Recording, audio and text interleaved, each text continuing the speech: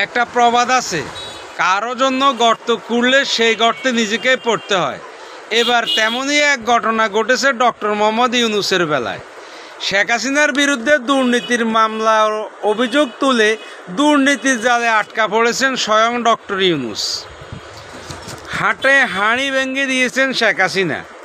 The রয়টার্সকে দেওয়া সাক্ষাৎকারে এক সাংবাদিক প্রশ্ন করেছিলেন শেখ হাসিনাকে যে ডক্টর মোহাম্মদ ইউনূস তো আপনার বিরুদ্ধে দুর্নীতির অভিযোগ তুলেছে।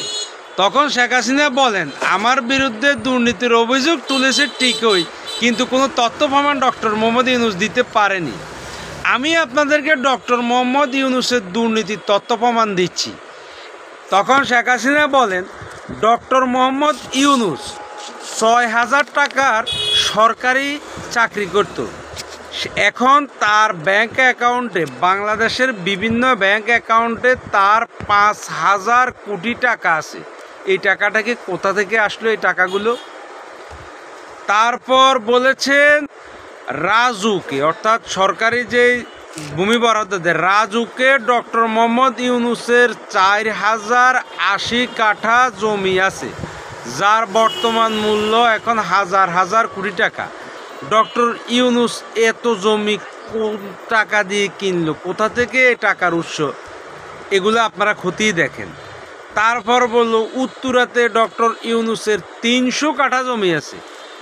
এই জমি কিনার টাকা ডক্টর ইউনূস কোথায় পেল?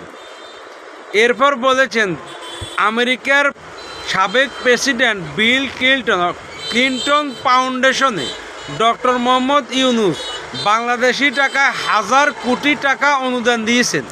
এই টাকাগুলো তিনি কোথায় পেয়েছেন?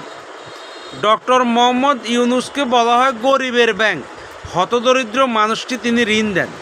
কিন্তু এই টাকাগুলো তাহলে কোথা থেকে আসলো, কার টাকা?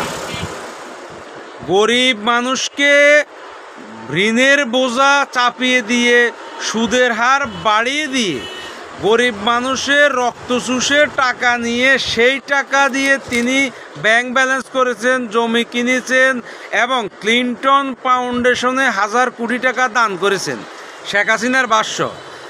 এবং আমি ব্যক্তিগতভাবে মনে করি এটা অনেকটা সঠিক।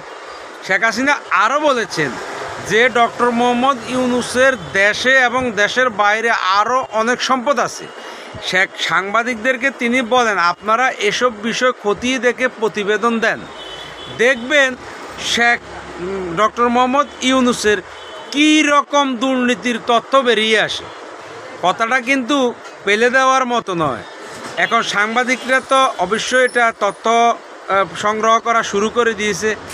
আর আমি নিশ্চিত তথ্য সংগ্রহ করলে ডক্টর মোহাম্মদ ইউনূস পেশে যাবেন, তখন কিন্তু ওনার নোবেলও যাবে, মান সম্মান সবই যাবে এবং জেলও খাটবেন তিনি। আজকে এ পর্যন্তই। আসসালামু আলাইকুম।